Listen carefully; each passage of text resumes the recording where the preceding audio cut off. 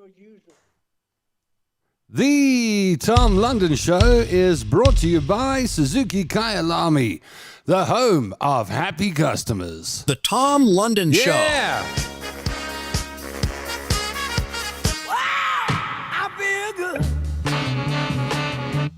Thank you very much. Hello and welcome to the show. I hope you're feeling good. Well, it's impossible for everyone to feel good all the time. So, I mean, that's my hope. I hope you're feeling good. Happy people aren't happy all the time. Think so? Have you ever met a consistently happy person, Stan Katz? Yeah, the most irritating, unbearable first people on earth. People who are always happy. You're not meant to be happy all the time because it's, you're meant to be, what is the word I'm looking for? It's a great wisdom from the Oracle today, yeah? What is the word you're looking for? You're meant to be content, grateful? No, what happens then is you don't strive to survive. And it's important for the prolonging of the species. What is the word I'm looking for? No idea. I've got...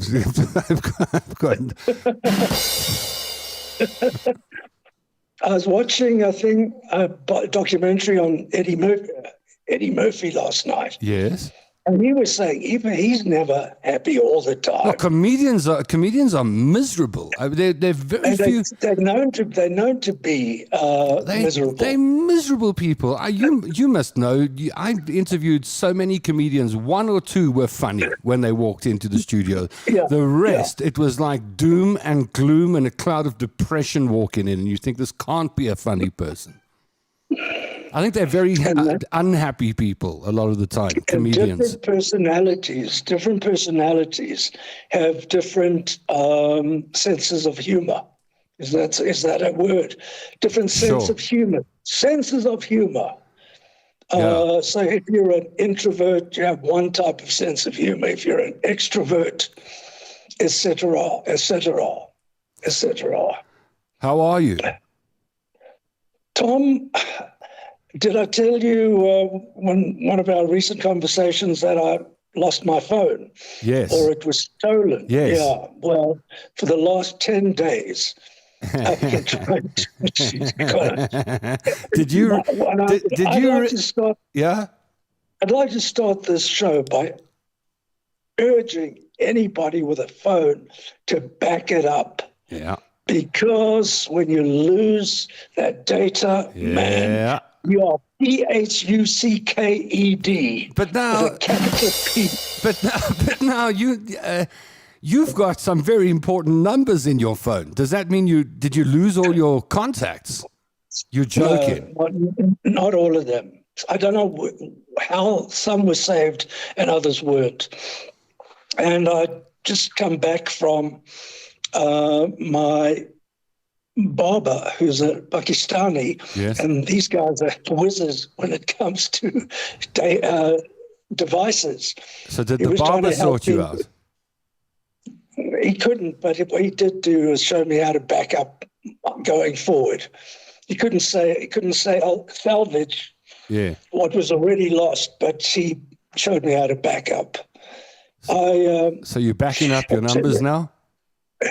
I'm backing up everything, man, even the stuff that I don't think is important. It's a full-time job. It's a full-time job.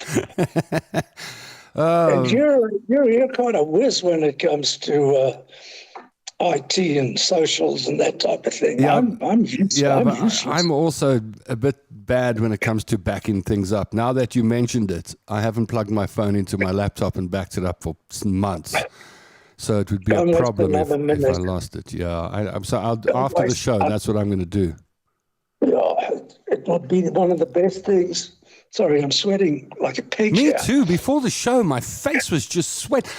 Actually, that was what I was going to start the show with, was damn this weather, because I was getting used to the last 4 or 5 days of nice, cool weather, sleep nicely at night, put a long sleeve top on, go out in the day.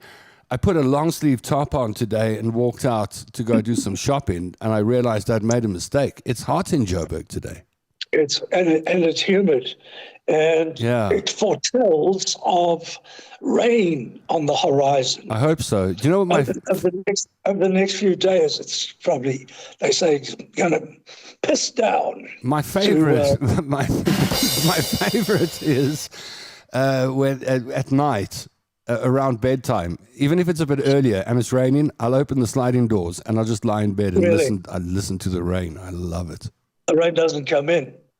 No, I'm lucky. I've got the porch, so I can do that. Of course. And that's just so cool because you just get this really nice sound of. In fact, I've got a. Do you know what a Google Nest is? No. No. It's a little speaker that you talk to. It's like Alexa. You say, "Google, hey Google, play me Willie Nelson songs," and then go, here I am, some Willie Nelson songs I found on YouTube Music. Is this a new device, a Google Nest? Well, they've been around for a few years, but I just got one for my birthday. And at night, I go, hey, Google, play me rain and thunder sounds for sleep on YouTube Music. And then the speaker's next to my bed, and I just hear rain, and I sleep like that now. I used to listen to true crime podcasts and wake up at 6 o'clock the next morning on episode 25 of the slaying of some family in Okefenokee. And I wondered, like, and a lot of my friends tell me they do the same, that they use true crime because and even some of these true crime programs, there's one called Mr. Night Scared, and he'll go, hello, it's Mr. Night Scared. If you use this program to sleep, won't you tell me where you're listening from in the comments section? So they even the people who create it know that true crime content is what you put on just before you go to sleep, and then you go to sleep with it. Now, if you're clever, you tell the device to stop playing after the episode you're listening to.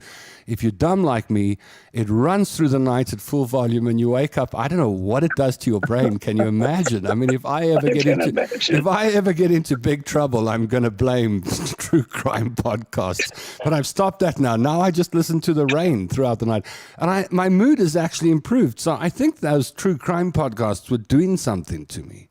They can't be doing you any good. I listen to meditation.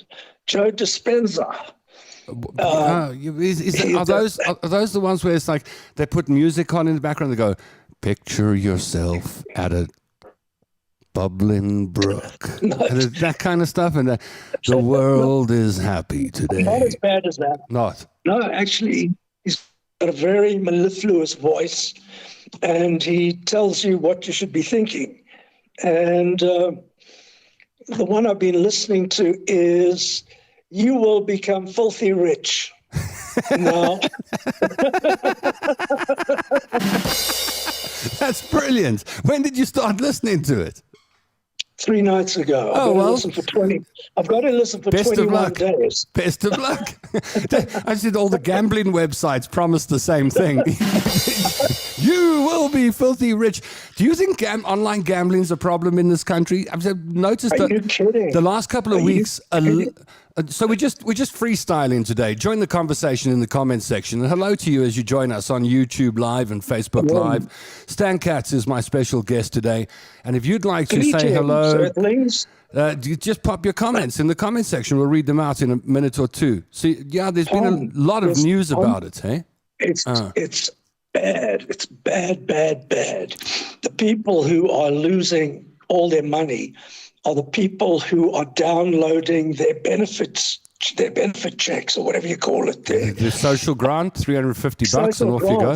Social grants, you go straight from receiving your social grant to betting on one of these. So you're saying from the other side of it, from the business end of it, you'd go, well, there are a lot of people that get $350 a month. If we can get 1 million of them, that's a turnover of $350 million. In fact, I've got the actual figure. Up to March of this year, which was a year in total. Yeah. They betting took in 1.5 trillion rand. That's crazy. 1.5 trillion from people who can ill afford it. That's crazy. Kids are doing this.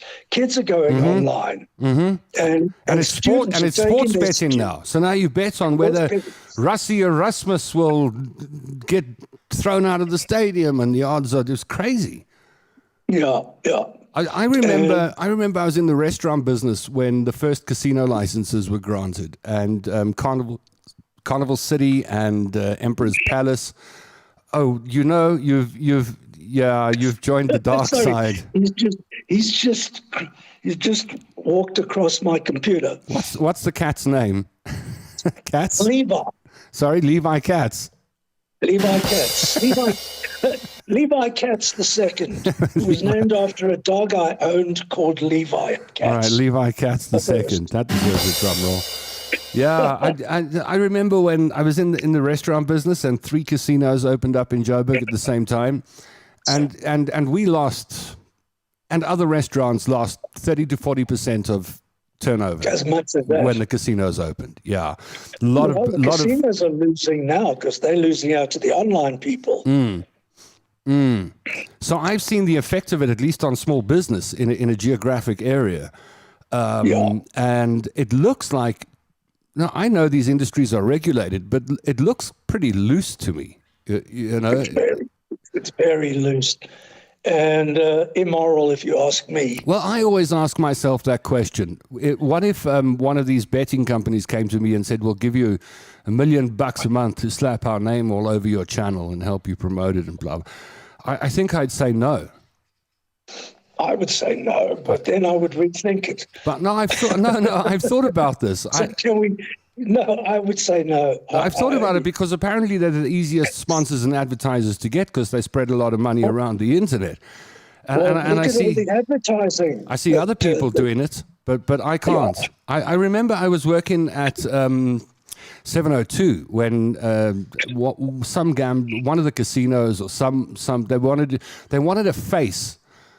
From the radio station to attach to the digital marketing. And they offered me, I think it was 100,000 Rand cash if they could just put my picture on yeah. And I said, and what were you advertising? Well, it was gambling. It was one of, I can't remember. It was gambling. Yeah, a casino. Yeah, it was like 100 grand cash. We just want to use your name and your picture. It was for a year. And I said no. I turned that deal down. And actually, nobody at the radio station, if my memory serves me correct, nobody took that deal back then. That's interesting because I would have thought there'd be a bunch of takers. Yeah, but maybe not the higher profile guys, you know. No, but I don't know. So, yeah, it worries me. I look at this and I think, that money that goes to online gambling, and not to say that online gambling shouldn't exist, but that money that goes to online gambling would go somewhere else and probably better spent. And that worries me. That does worry me. Yeah, that worries me as well. All right. I think it's totally immoral. Yeah, let's go to the comments section and see what people have got to say as they join us. Helen Mitvach is on board, says, hello, everybody. Helen says, I'm looking well. Thank you. I'm feeling a whole lot better. And I think it's thanks to Dr. Sonia Kneppers, the chiropractor just down the road from me who did dry needling and chiropractics on me. Dr. Sonia Kneppers, look her up. I think it's thanks to her. Heather Knickelbein says, good afternoon, all my friends. Gail Mortensen says, how's it, Tom, in the commenting community? Happy Thursday afternoon. Mega welcome to Stan Katz. Hello, all, says Margaret Guider. Good to see you, Stan. I've heard a lot about you. Rosie Brown says, hello. Alistair Jameson says, good afternoon, Mr. Katz, Mr. London. How's it, Alistair? Comedians are known to be suicidal, says Margaret. Rosemary Endicott says, hello, Tom and family. Stan, good to see you, says Helen. Una Guida is on board, and Una says, hello, everybody. Gaynor Schulenberg says, hey, everybody, made it live today. It's good to see you on board, Gaynor. Nice to have you with us. Tom, what are you hiding behind your cap? A very messy hairstyle. In fact, I wouldn't even call it a hairstyle. It's just I'm hiding it. I just want to come in here before we leave the subject about comedians being suicidal. Yeah. Dentists, there's a high rate of suicide. I don't blame them. amongst dentists. I don't blame them. Because Look in people's mouths all day long. Ugh. I had a friend who was a dentist. Ugh. I said, what's it like being a dentist? He said, imagine repairing a watch while someone's spitting on your hands. That's a good one. Alistair says, I had to change phones when I dropped my phone in the toilet. I put it in a bag of rice. Has anyone dropped a bag of rice in the toilet? Helen says, thanks, Stan. We'll also do a backup now. I always forget. Saturday, Sunday, Monday, 15 degrees with rain. Yes, it's going to be cold. 15 degrees on Saturday. That suits me. That's the cold front I talk about every year. Every year when people say, yay, summer's here, I go, I used to stand next to Jeremy Mansfield on the smoking balcony at Prime Media around this time every year and say, yay, summer's here. He'd go, I've done this for 10 years and there's a cold snap that comes in October or November. It's not over. He was so right. And whenever, like, if it's 15, that's it. That's our last cold snap. Eunice says, don't complain about the weather. We're going to have to travel by boat on Sunday. Oh, everyone. Oh, really? People are more up to speed with the weather than I am. Did you know that all of these calamities were coming come Sunday?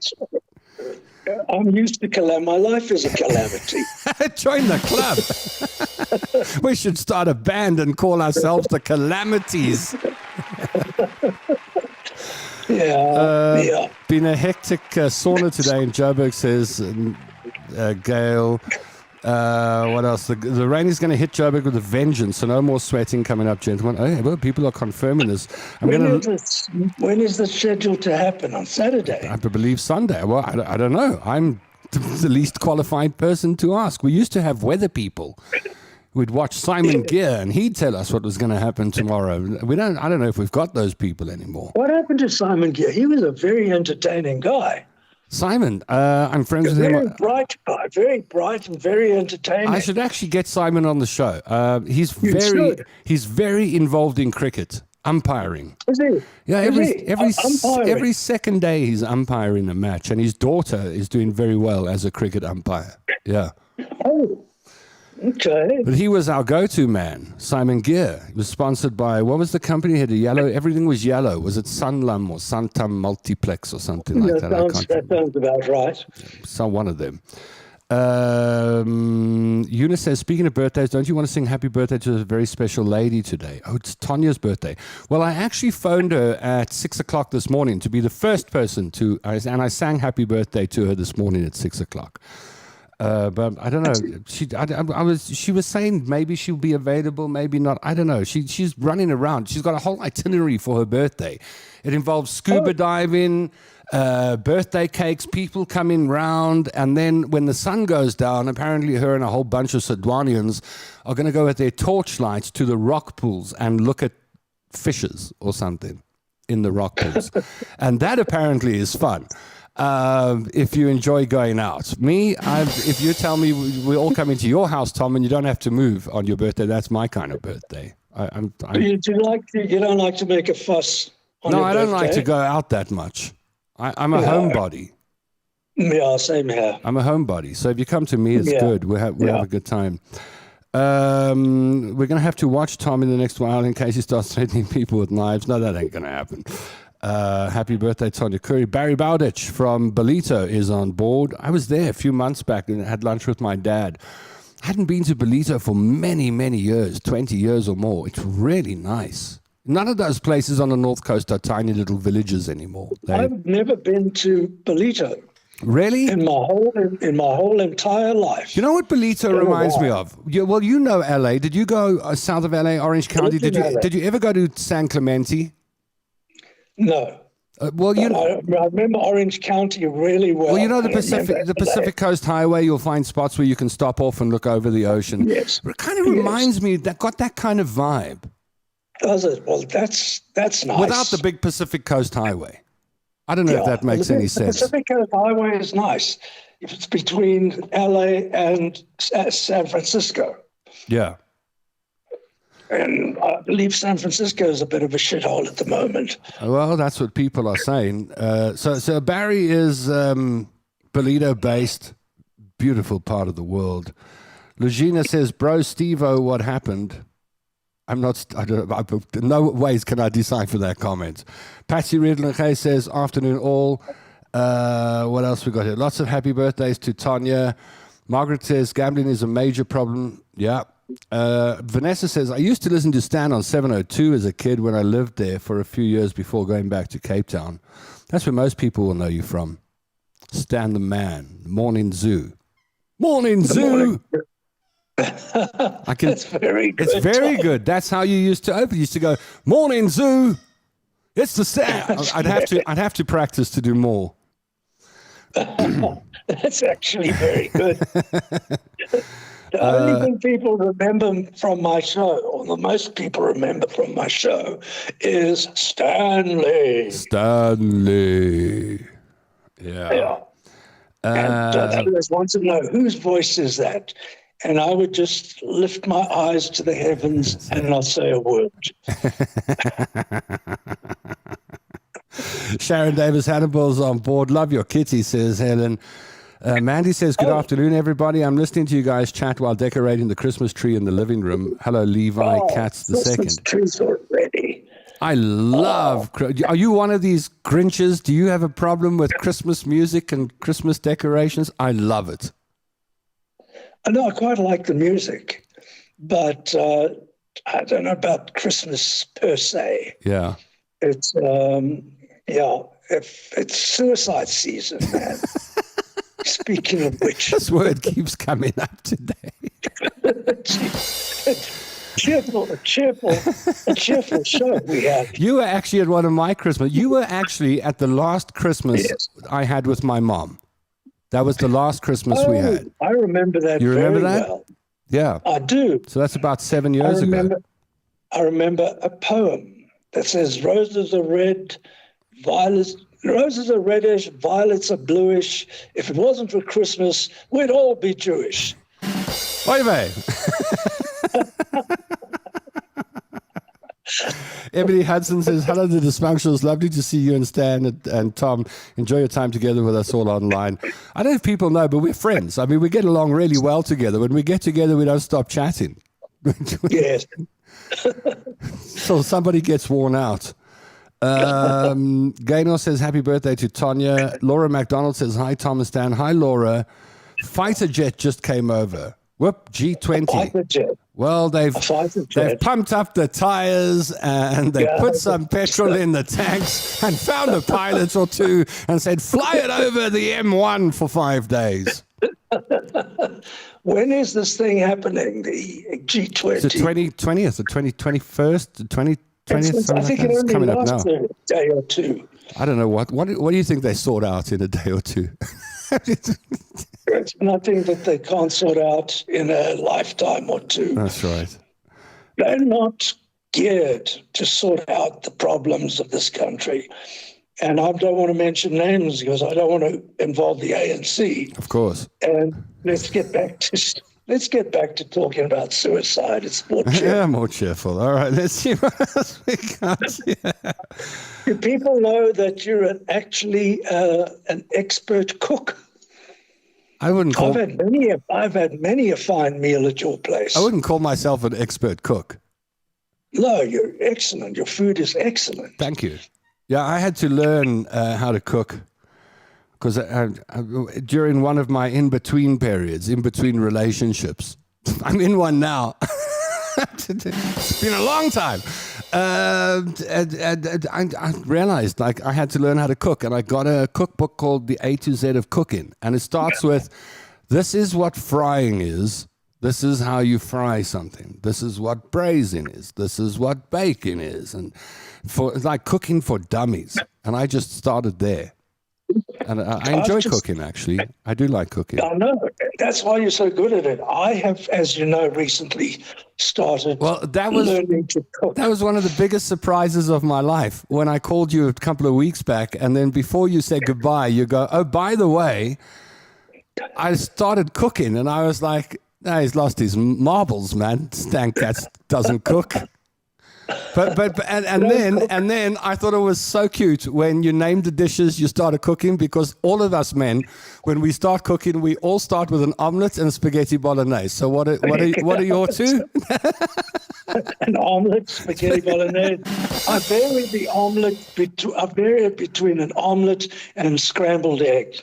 Okay. So, well, I watched this video the other day on a Michelin star chef describing the difference between a standard omelette and a French omelette.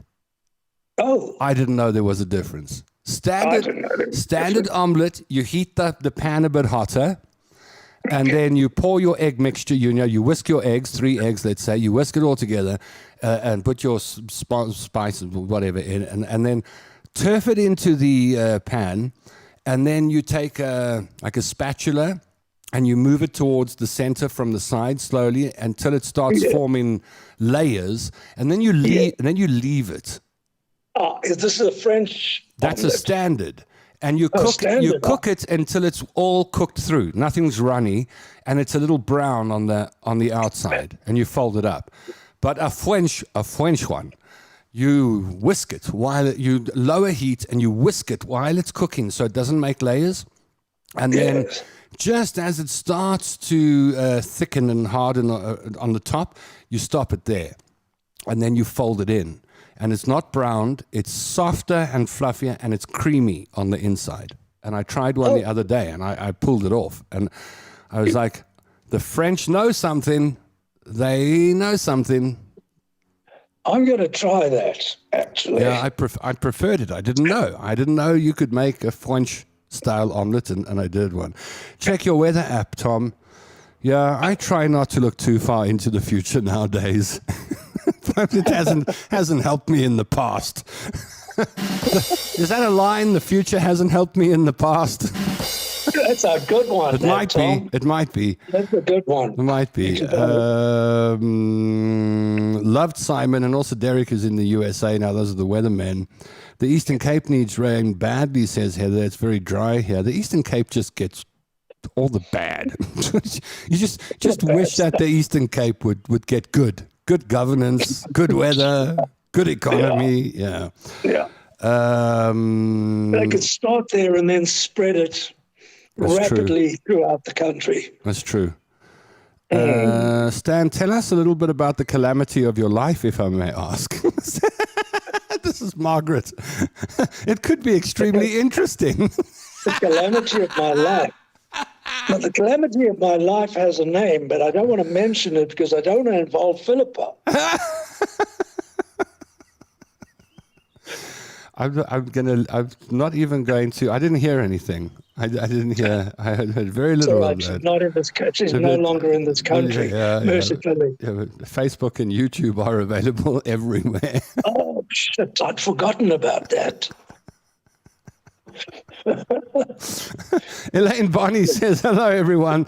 There is a weather guy, the weather hooligan, who's passionate about presenting the weather. All right, we need to look for the weather hooligan. Good to see you both, says Nicholas Mons, watching from Plettenberg Bay. Hey Nick, radio man Nicholas Mons, behind the scenes, technical guy, got his own podcast business down in Plet. He's living the dream life. Built himself a house on the beach.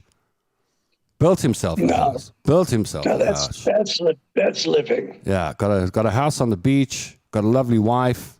He's got a kid, maybe more. I don't know how many he's got. I think one. I'm not sure, but he's got it all, man. He's living the life. You know him? How? Canny FM back in 1995. Nick was working at Canny, and then he went to. He did Radio 2000 and the sports side at the SABC for a long time. Oh. What else we got here? Belito is only for the rich, says Anita. Nah, Belito is cuck boring, says Una. If you do KZN, you need to do hibiscus or elephant. What do you mean cuck boring? What do you go to the beach for? For entertainment? I don't go to the beach for entertainment. I don't even go to the beach when I'm at the beach. I like to get a hotel room that I can see the beach from and then lie in bed, preferably air conditioned at about 21 degrees. With the aircon fully blocked. Yeah, 21 degrees, air-conditioned, and room service. Those big silver domes. They bring the food in and lift the domes, and that's it. That's my kind of beach holiday. Yeah. I would go with that. That's my. I drove Tonya mad when I went to Sedwana Bay because all she wanted to do was go to sandy places. Even the restaurants there, the restaurants are outdoor, there's sand. And I got a thing about sand. So I kept blocking, like, let's go to the lighthouse tonight. So I go, oh no, let's have home-cooked meals. And eventually I had to tell her that I've got a problem with sand, which just destroyed her. She was very unhappy with me, and she let me know it. And what, pray tell, is this problem? I don't like getting in between my toes and in my underpants. Oh. I don't like it. I'd like fair enough. to sit on the sand. I don't get it. Like, if you were in your garden and you ripped some bushes out of your flower bed, you got some sand, would you go sit in it? Never. Never. You'd never go sit in the sand. If you came home and saw your partner sitting in the sand, you'd think that person's lost their mind. But you go to the beach, no problem. Sit on the sand. So I'm like, for me, it's all the same. Garden sand, sea sand. Sand is sand. And I can go on about this. And I did when I was staying at Tanya's place. But it just drives people mad when I talk about my sand problem. Karen says, yes, San Francisco has a major issue with homeless people. Many shops closed down due to high theft. I think everyone's on crystal meth there. I've seen the videos where you see people bent backwards and then they walking on one hand and a leg down the pavement. That's San Francisco. Yeah, but it used to be such an amazing city. But come on, I mean, San Francisco in the 70s was the same. Everyone was goofed. That was the 60s. 60s. Maybe San Francisco's always had a drug problem. 1967, the Haight-Ashbury district. Haight-Ashbury Street, where they intersected. That was the hippie, the era of the hippie. That's right. Barry Bowdish wants to know if you remember KABC 790 or 790 in Orange County. Do you? Michael Jackson. Oh, really? Not the Michael Jackson. He was actually an ex-South African via the UK, spoke with a very pucker English accent. Was he the guy that was on 702? That Michael Jackson? Or that's another Michael Jackson? That's another Michael Jackson. Oh, there are three of them. Probably more. No, he was actually a very big star, that Michael Jackson. Okay. I looked up my name on a genealogy website the other day to see if I could find where I fitted in the human tree. And there were 10,000 other people with my name. 10,000. Tom London or Tom Holmes? My real name, Tom Holmes. And they're like throughout history. Like there's Tom Holmes, born 1513, died 1547. And it's 10,000. We're not that unique after all. Go search your name, find out there have been 10,000 other people on this planet with the same name as you. And a billion with the same problems as you. Exactly. I'd like to check out my genealogy, but I don't know if I have the patience. Well, that's the thing. Me neither. Was it difficult? Yeah, I couldn't work it out. I went to this website. They said, go to this website, you put your name in, and I couldn't filter it. I tried for an hour, and eventually I gave up. I thought, you know what? I'm happy enough to know that my life started in Hillbrow, and I grew up in Springs. That's like my genealogy sorts it out, like by towns. Margate is much the same. Outgrown its small town, one-horse town allure. No longer can you fire a cannon down the main street on a Sunday. Says Alistair. G20 is on Saturday, I think, says Una. Lots of roads around Johannesburg will be closed, says Karen. Most of the world is not geared to sort out their own problems. Take me back to the 90s, please, says Una. Would you go back to the 90s? Which 90s? The early 90s, mid-90s? That's a good point. 90s. That's a good point. Because mid-90s or 94 was when things changed. Transition, yeah. Transition for the worse, became the worst. But I don't know. I go back to the 50s. I go back to the 50s Midwest America if I could time travel. I go back to 19. You lived in America. What year was it that you lived? 1986. In America? 1986 in Orange County in California, and then Cedar Rapids, Iowa. But I'd probably go back to the Midwest somewhere, 1950s, hopefully with a convertible and Peggy Sue in the passenger seat, and off to the what do you call it? The roadhouse where the waitresses are on, with the waitresses on roller skates and big milkshakes, and I'd be happy to just stay there. Unwrap a box of fish, packet of frozen veggies, McCain oven chips, and Tom is happy. So, that's right. Easiest to do is fish fingers. Fish fingers and McCain oven chips. Pop it in the oven. Sort it. There's another meal for you. Welcome, Stan. Hello, Tom. Roll on New Year. The silly season is overrated and to be commercialized. Make it simple like years back, please. Enjoying the show, guys, says Carol. Thank you, Carol. Saturday is when the G20 starts, says B. Check the road closures if you plan to travel. This Saturday. Yeah, it's this Saturday. And that's all around your area. Yeah. Because you're in Sandton. Right. You're very close to the action. Yeah, very close. Too close. Yeah, you're not going to be able to move much on Saturday. I don't think so. No. Margaret Guider says, Stan, you look as if you may have known Bella Napoli nightclub in Hillbrow very well back, if I may say. Really? Absolutely. Do you? It was Bob Missouri owned it. Wow. Bob Missouri was a Wall Street lawyer who'd come out here from the States to join his brother-in-law, Taki Xenopoulos, who owned Fontana. The two of them set up a match factory. But it wasn't big enough for their two egos, and the thing eventually folded. And Bob, instead of going back to the States to resume his life as a Wall Street lawyer, bought Bella Napoli. Oh, wow. Yeah. And I got a job working there. Really? I used to go there when I was 18, 19, 20. It was the place to go. We'd go, my friend Dion van Zyl, he had a Volksy Beetle, and we'd pile into it, all six of us, and then make our way down the highway, the long trip from Springs to Joburg. And then we'd always get in a fight. It would always land up with Dion. Dion, he always got into fights. We'd always land up in a fight on the pavement. That Bella Napoli's, it's just fights. What I learned from Bob Missouri, I was 22, I think, and I'm working as a maitre d'. I was useless. I was fired after 3 months. Anyway, I'll never forget his advice to me. He said, "You're a good kid, but you got to learn to hustle." There we go. Well, I think you did. I've remembered that all my life. Wow. Let's see what we got here. Not an egg fan. Must like eggs for omelette, says Karen. Heather says, I used to love 702 with Stan, and then John Burks when he did the morning show. Stan, you are very funny, says Helen. Thank you. My whole aqua class was complaining about the cuck weather here. Gauteng is now London, says Una. Right. Tom, speak to Lizelle Elliott about your future. I do not ask anybody. I don't think she does the future. Helen says, I worked with Nick, a tarot card reader, friend of mine. Worked with Nick when he was at Radio 2000. Awesome guy. What else we got here? People saying Belito's too commercial, destroyed the coastline. Oh, that's Una again. She likes natural beauty. She doesn't like high-rise apartments and things like that. And is that what Belito has become? Yeah, Belito's fancy now. It's nice. It's nice. But not if you're Una. If you want to entice Una, if you want Una to go on a dirty weekend with you, you got to show her your tent. Wait, hang on. I'm just computing this.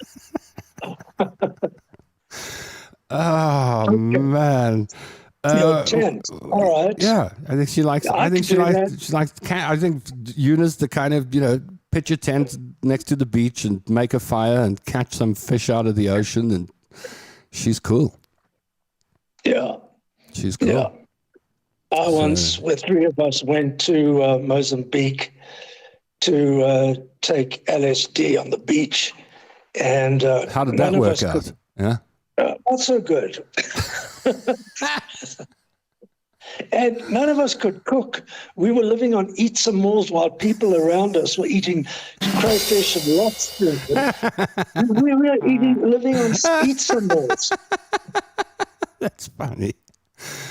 Oh, so man. Funny when that was all that you had to sustain yourself. Eat some moles and LSD.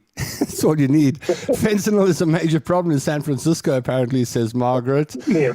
It's a major problem in the whole of America. Jeez. Take me back to the 1980s like the song, says Helen, any day. Jeandre Stradom says, same, the atomic age was incredible. Eunice says, I was born, I would say an earlier era, but I was only born in 86, so I never experienced it personally. Oh, the 80s were great. Yeah, the 80s were good. I think the 80s were great and so underrated. You know, I think back, like we got... Like a few years back, it was fashionable for if you were a man to feminize your look, and everyone was like, "Wow, that's amazing." It was like we had Boy George, of course. We had Freddie Mercury, we had Liberace, we had the '80s had it all. We just don't give it enough credit, I think. 702 started in 1980. That's right. And great music as well, great pop music. Yes. Great pop era. Yes. I preferred the 70s in terms of music with the Eagles and stuff like that. Yeah? No, sorry. Carry on. Margaret says she lived across the road from Bella Napoli at one time. It's convenient. Oh, wow. Huh? Stumble out of Bella's, make it to the kitchen, pour myself a cup of LSD. Doesn't rhyme. LSD is no longer the drug of choice. No, I think people still do it. I don't know who. You know who they call themselves trance fans. You know trance music? Yeah. I like it, but I know what it is. I was invited to a trance party about 7 years ago in Mulder's Drift, apparently the who's who of the trance DJs were there and the who's who of the crowd were there, and I was invited. Where was this? In Mulder's Drift at a lodge. Mulder's Drift. Yeah, yes. There's a whole trance community. They just go take a lodge. Some people rent rooms and stay over. They build a beach sand dance floor, put all sorts of colorful banners up. And then everyone is obviously on something because you can't have a conversation. I think the first one. No, it's not actually. Accurate. No, it's not. It's actually not. Was on someone. No, it's actually not that accurate because everyone's on LSD or mushrooms or something, and it takes them into their own world. So you can't talk. Nobody's talking to each other. Everyone's just going around having their experience, and nobody's interacting. And spreading good vibes. Yeah, and the whole time there's just this music that. And people fire. They love fire. So they're always fire breathers, fire walkers, fire jugglers. So there's fire. They're bright colors. And if you take psychotropics or whatever you call them, I suppose you have an experience. Someone did give me a big handful of mushrooms at that gig, and said in 45 minutes my world would change. 45 minutes later, nothing.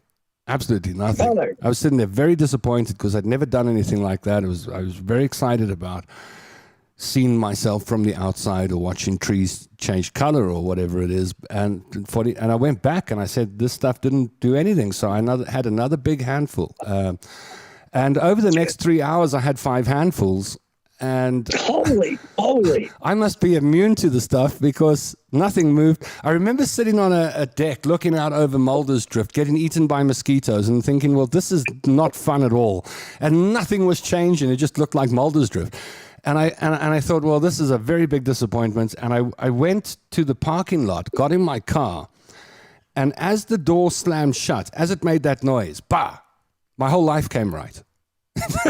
Like, yeah, and it was fun. Everything fell into place. Yeah, it was like defragmenting a hard drive or something. But instantly, I didn't even have to think. Oh, this came right there. As the door went, bah, my head went. Your whole life just came right, and I drove off, feeling my whole life had just come right. And I thought you need to apologize to your ex-girlfriend because I was nasty to her. I was talk badly, and so I thought All right, well, she's not far from here. So I drove up the hill to Krugersdorp and I shouted an apology through her bedroom window at midnight or whatever. I'm sure she appreciated she that. accepted it, thank goodness. Look, she was pretty good at fighting herself. So, but I thought, no, I should do it. So those are the two things: that you need to apologize, and your life has just come right. And so I drove home, and then I got a puncture on the N1, 1 kilometer from Rivonia Road. And my spare was flat, so I had to drive back to Morningside at 5. It took an hour to get from Rivonia Road off-ramp back to the house in Morningside. But I was as happy as anything. People were watching this little car go down the road, like ka-clunk, ka-clunk, ka-clunk, ka-clunk, and they must have been thinking, oh, shame. I was sitting there going, you don't understand. My life just came right. I was thoroughly, well, I don't suggest 5 handfuls of mushrooms, but anyway, it worked for me. Picture Tom in a drum circle. You see, that's it. They do drum circles, and it's not my vibe. I did the drum circle once or twice, but it also wasn't my vibe. Nah, I'm drumming and humming and stuff. Drumming and humming were very big. I remember it was a big corporate thing as well at one stage. You send everyone to go and hum together. The whole company would get together. Yeah, you're one step away from everybody sing Kumbaya now. You're one step away from that when you start humming. I remember I was working for a company and we used to do. I hated team building. I've always hated team building. I really, if I can get out of team building, which probably means I'm not a great team player, or I think I am, but I just don't like team building. You got to get on a bus. You got to drive somewhere. Then you got to do activities. I hated that. I'll tell you about a 702 team building exercise. We went away for the weekend, the whole company, the whole radio station, to somewhere in Muldersdrift or somewhere. Yeah. And we were divided into groups, and each group had to build a bridge across the Yes, that's the problem. You always got to do this this nonsense. And the people who were running the team building thing said, there is no such thing as a bad idea.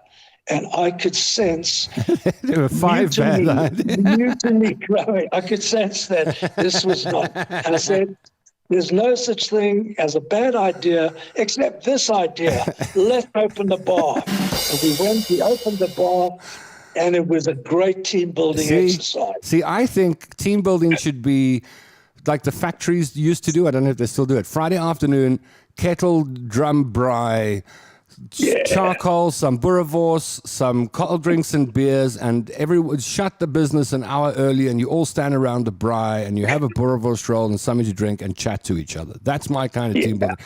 I agree. The last team building thing I went on, the budgets got cut, so we couldn't get buses and go build bridges and things anymore. We had to do it in-house. And the best idea the human resources department could come up with was pink balloons. And we had to stand on one leg and see who could bounce the pink balloons. I mean, this is a very big company. I don't want to mention the name. Very big company. Everyone in that group was earning over R1 million a year, and everyone was on one leg bouncing pink balloons, except me, because I'm the fun killer. I was like, I'm not bouncing pink. And I was like, this is a stupid idea. And then I was told to sit in the corner because I was being disruptive. So I sat in the corner. And then somebody bounced a pink balloon, and they weren't watching where they were walking, and they fell off a ledge, and they fell 1.5 meters down and broke their leg. And the team build got cancelled, and then there were no team builds for the next 6 months, which suited me down to the ground. I hated those things. Team builds, no way. I don't know anyone who likes them. Some people do. I mean, like 702 used to do team builds, as you mentioned. We had one where Saturday morning, we all had to go to, it's always Muldersdrift. We had to go to Muldersdrift to a farm. Wasn't it at Aloe Ridge? I don't know, but there was this farm, and because I did the weekend breakfast show, I thought, oh, well, I've got an excuse not to go. And they said, no, when the show ends at 10, it's still early enough for you to drive through. I was like, oh, man. So me and my team, like 4 or 5 of us working on the show, we all had to drive through, and then we decided we'd hide in the bushes for a while because we'd be able to make up some excuse. You know, we had to cut promos for so we were sitting in the bushes meters away from everyone busy putting logs together. I was smoking in those days, camel plane, and someone saw smoke coming out the bush. We were bust. We literally got pulled out of the bushes and in front of the whole 702 staff complement. And that's when I saw John Robbie he was standing on a pole.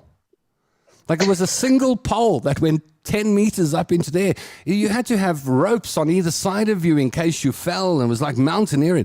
And I saw John up on this pole. Everyone, go, John, go. I thought, this is ridiculous. John was quite a team player. He loves it. John Robbie loves stuff like that because there's a competitive side to it. So that brings out the sportsman in him. He wants to stand on the highest pole. And I just thought, well, that looks like a recipe for disaster, putting me 10 meters up on a pole. So I said, I can't do it. And they said, why? And I said, I thought quickly, I made it up. I said, I've got heart problems. And I never forget, I think it was Alistair Teeling-Smith. He just looked down at the camel plane in my hand, shook his head and walked off. But I didn't have to stand on the pole. Although I did walk over hot coals for 702. I did do a firewalk. I was never tempted to do that. Neither was I. I swore on my life I'd never do it, except same thing, went to a team build, didn't tell us what it was. We thought cookout. We thought we were going to be cooking, a cooking competition. And then I'll briefly tell the story because I've said it before. The facilitator gave us each a card and said, put your name on it and your 3 biggest fears. So I put Tom London on the top, and I put 1, 2, 3 and didn't fill it in, sent it back. So, of course, there came a disruptive element. Well, it wasn't as bad as Gareth Cliff. He drew a map of the world, handed it in and got in his car and drove away. But he was doing breakfast, so they couldn't fire him. Me, I wasn't in such a good position. I'd been there for 2 weeks and come a day late for one of my shows. So I knew I couldn't drive away. And this guy said, well, who is Tom London? I said, it's me. Why haven't you got your 3 fears written down? And I said, well, I don't have any. I'm sitting in a comfortable chair in a nice place. There's nothing scaring me right now. And he said, great, you'll be the first to do the firewalk today. And I went, oh, the what? And I thought, oh, well, I'm stuffed now. And so I was. I was the first to walk over the course. Does it not burn? It's hot. It is hot. Anyone who tells you it's not hot is talking nonsense. It's hot. You don't blister or anything. I don't know how that happens. People have got all these things. The coals aren't. No, they're hot. I thought someone told me they use special coals. Red hot. Yeah. When we walked out, they were busy burning a tree, like a massive tree trunk. And it's for you to walk on. Yes.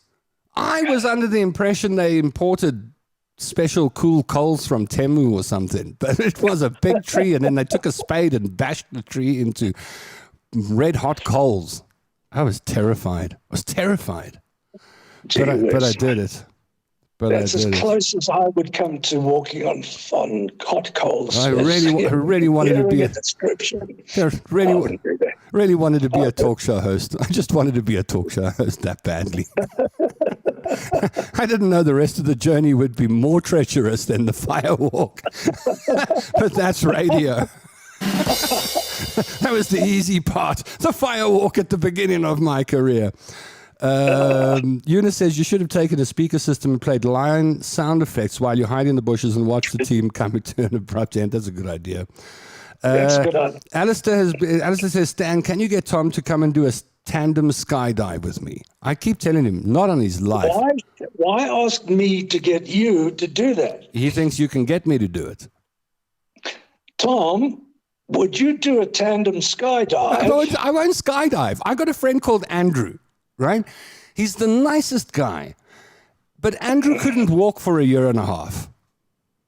Because he busted his feet. He came down too quickly with the parachute, and then not only did he break his feet, when you have those accidents, you drive the bones into the next bones, and then you drive those bones through your hips, and I know so many people who've done that. I won't do it.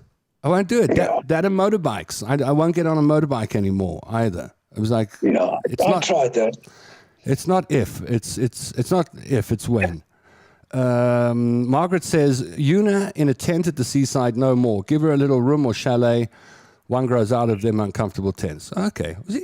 Easy, low maintenance. Sharon says, never did drugs. We always got drunk. Some of our friends used to do weed. I always loved that. Never did drugs. We always got drunk. And I'm not pointing fingers either way, right? But alcohol, so I've never done something like heroin, for example. But you know the difference between weed and booze? No. If a bunch of guys get together and get drunk, a fight breaks out. Yes. Guys get together and smoke weed, a band breaks out. Not sure which is worse.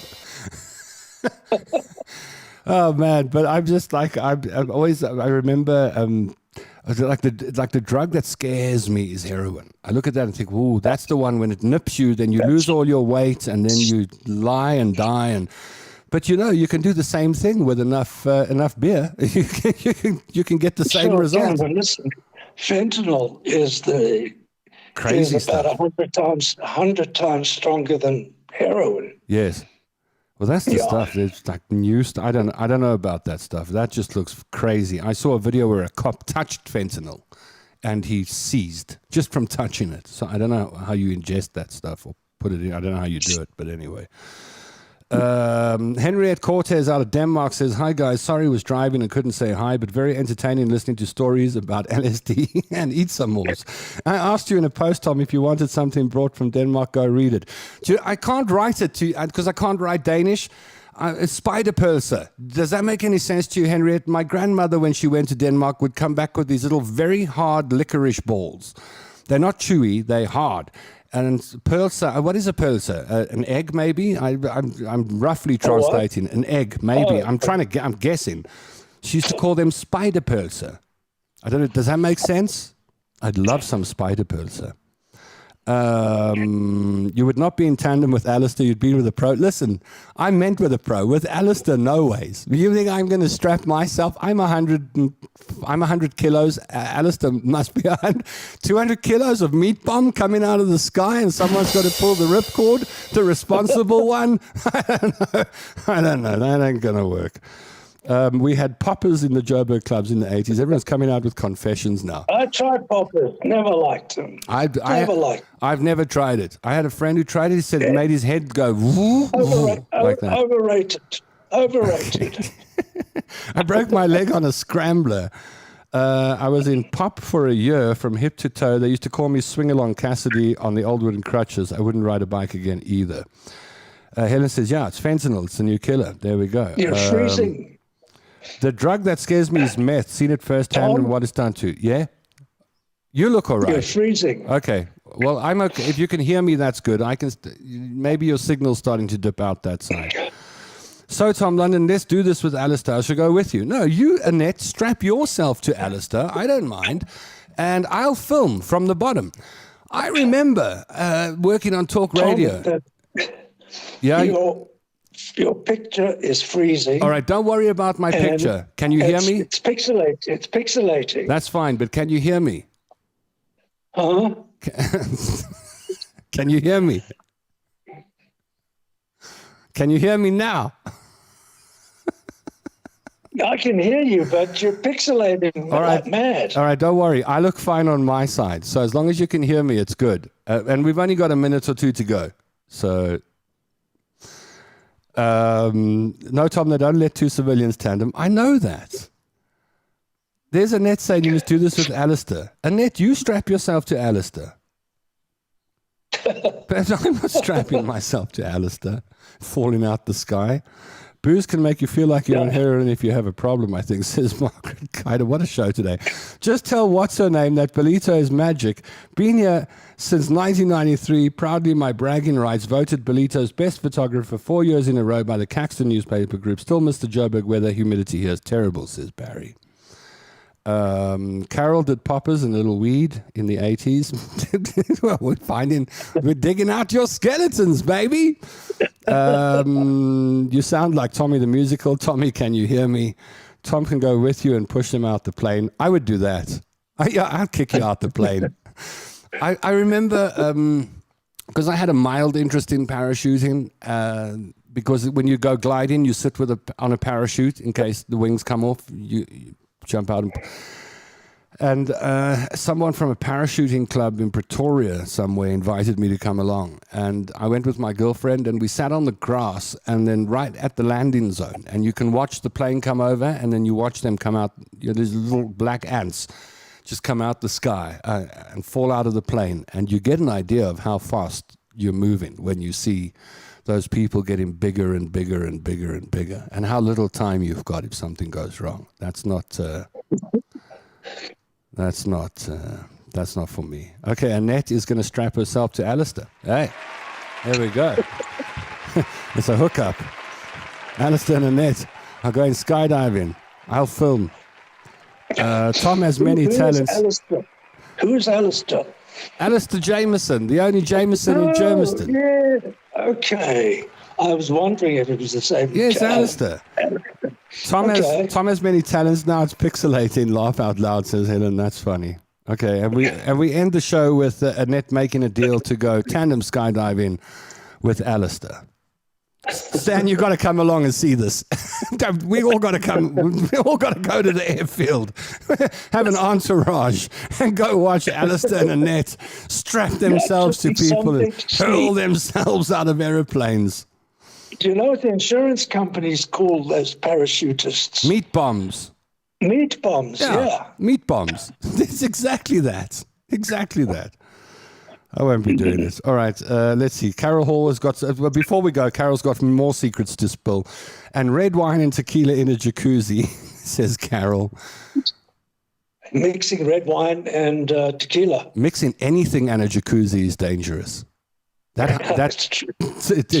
In the words of the Americans, it 10x's it. It 10x's the effect. Good advice, I remember, was don't mix the grape with the grain. Yeah.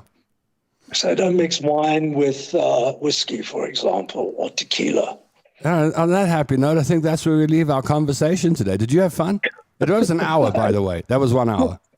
That was the most fun I've had with my clothes on for a long time. That's brilliant.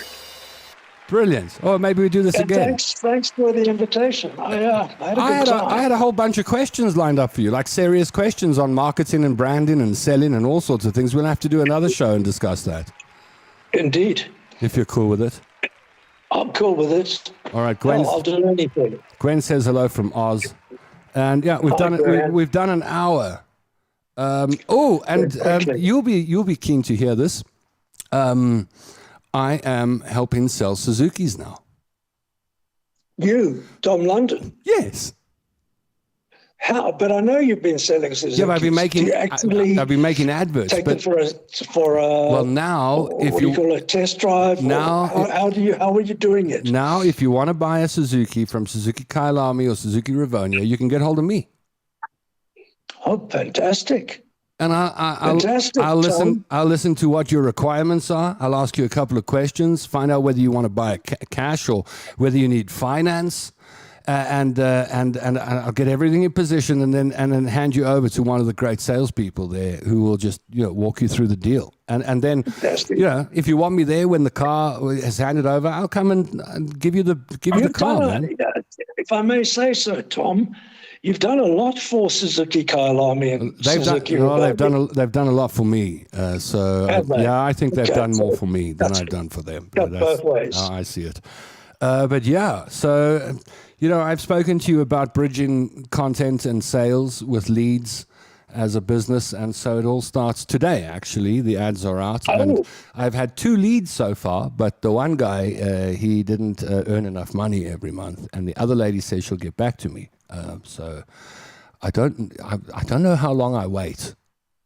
I think when someone says I'll get back to you, don't wait too long. But when someone says I'll get back to you, then how long do you wait? Would you wait like 3 hours and say I'm here? Yeah. What is it? Are you prepared to do this on a calendar basis? In other words, let's agree on when you're going to get back to me, because as things happen, you get busy, I get busy, and this thing drifts. So if you're prepared to work with me on a calendar basis, we can do something.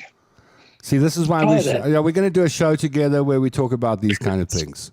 Because a lot of people watch the show, have got their own little businesses and want to do more, and so I think we need to do a couple of shows like that. So you'll come back maybe next week if you want. Do another one. All right, cool. So thanks for inviting me, Tom. Well, thank you. No, man, thank you. Time. Annette says, is the sale going to your girlie at, I suppose she means Carla. I don't have any girlie anywhere. I do have one lady. I've told you I like her, but she doesn't like me. So what can I do? When that's the story, I know that's the story. Tom, can you sell me one for 30 Rand? I'm a McDonald's special for Black Friday. No. Helen says that means I'm not interested in a nice way. You think so? No, I don't know. Yeah, it could mean I'm not interested. No, I don't know. In a nice way. No, I believe people don't like to say no. No, I get that. But so hold on. Can I, without mentioning her name or too many details, somebody said, hello, can I get more info? I said, hi, it's nice, Tom London here. It's nice to meet you. Are you looking to do a cash deal? Would you like to do a finance deal? Is it more convenient to WhatsApp or call you? I got the order wrong there. I should have just started with, is it more convenient to WhatsApp or call? I've changed that. And then she said, I'll get back to you soon. Thank you. I sent her a voice note as well. Thanks for the voice note. And then I sent her a digital brochure and I said that I'm available at any time. I think she's been serious. I don't think she was brushing me off. And I also think some people might think, what if this is a con or something like that? People are very suspicious online. Well, I don't blame them. So I don't blame them. So I've got to get past that. But so far, I started this 1 hour ago, and so far I've got 2 leads, but no sales yet. That's all right. It starts with a lead. Yes. So let's see. Let's see. And I'll tell you next time we get together, I'll tell you how to get someone to return your call. Well, that would help me. All right, let's do that next week. Well, at the same time? Sure. Thursday next week, another episode with Stan Katz. We'll talk about marketing and branding and sales. Yeah. I'd love that. Why not? Some free advice. I'd love that. Annette will buy the car if I come with it. Listen, Annette, last night I was cooking dinner at the stove talking to myself because it's something that me and at least one of my brothers do. We talk to ourselves. My brother Nick, he can have a whole conversation the whole day with himself, and I can in the evenings. I talk to myself. So I was busy cooking, and I was like, you know what you need, Tom? You need a lady to look after you in every way. There we go. Annette, hey, listen, if you'll buy 2 Suzukis and I can come home and live at your place, I'm in. I'm in. What can I say? Well, we'll do a deal. We'll do a deal. This thing's taking on a life of its own. Well, let's keep talking. I'll get you a car next. Yep. Oh, man. Helen says maybe she wants you, Tom, not the car. I don't know who you're talking about anymore. All right, let's leave it there. Stan Katz, thank you for joining me today. Broadcast legend. Whenever I say Stan Katz is going to be on the show, people go, a true broadcast legend. Not some Johnny come lately 2 years in the radio business and get called a legend. We're talking about proper legend, man. The man worked in the US of A. He cut his teeth with, what was it? Wolfman Jack. That was the biggest name in radio. Yeah. Yeah, the Morning Zoos, 702, brought talk radio format into this country, created the brand that we all know and love today. No wonder he's called a bloody legend, because he is. Stan Katz will join us next Thursday, 3 p.m. Thank you, Stan. Thank you, Tom. Good to speak to you. Yeah, we all love Stan. Cheers, Stan. Let's give him a shutdown. There we go. Brutal shutdown. Bang, Stan Katz has been shut down. I know I need a glass of water. Okay, so that's that. I'll be back with you again on Tuesday. We'll see who we got lined up for the Tuesday show. Before I go, can I play you my advert? I want to play you my little advert that I made. And if you need a Suzuki, well, yeah, just WhatsApp me. I will hook you up with a good deal. Hi, Tom London here, and I'd like to put you behind the wheel of a brand new Suzuki Swift. It's packed with creature comforts and safety features, not to mention Suzuki's legendary reliability and fuel efficiency. You can get behind the wheel of a brand new Suzuki Swift sooner than you think. Whether you're buying cash or finance, we'll put the right deal together for you. So how do you get the ball rolling on your brand new Suzuki Swift? It's easy. Just DM or WhatsApp me now and I'll get the process started for you. Buying a new car doesn't have to be a daunting process. Simply DM or WhatsApp me now and let's see if we can get you driving in style with a smile. I'd like to make you part of the Suzuki Kailami family, the home of happy customers. Well, thank you for watching. Next Tuesday, 3 p.m. It's a date. Don't be late. We'll get Stan on next week on Thursday. We'll have a guest on Tuesday as well. A mystery guest, a surprise guest for you. Yeah. Have a lacquer weekend. I can't wait for the cold weather. Gail can't wait for Chapter 2, Tom Lund and Stan Katz, next week, Thursday. Make sure you don't miss it. This show was brought to you by Suzuki Kailami, the home of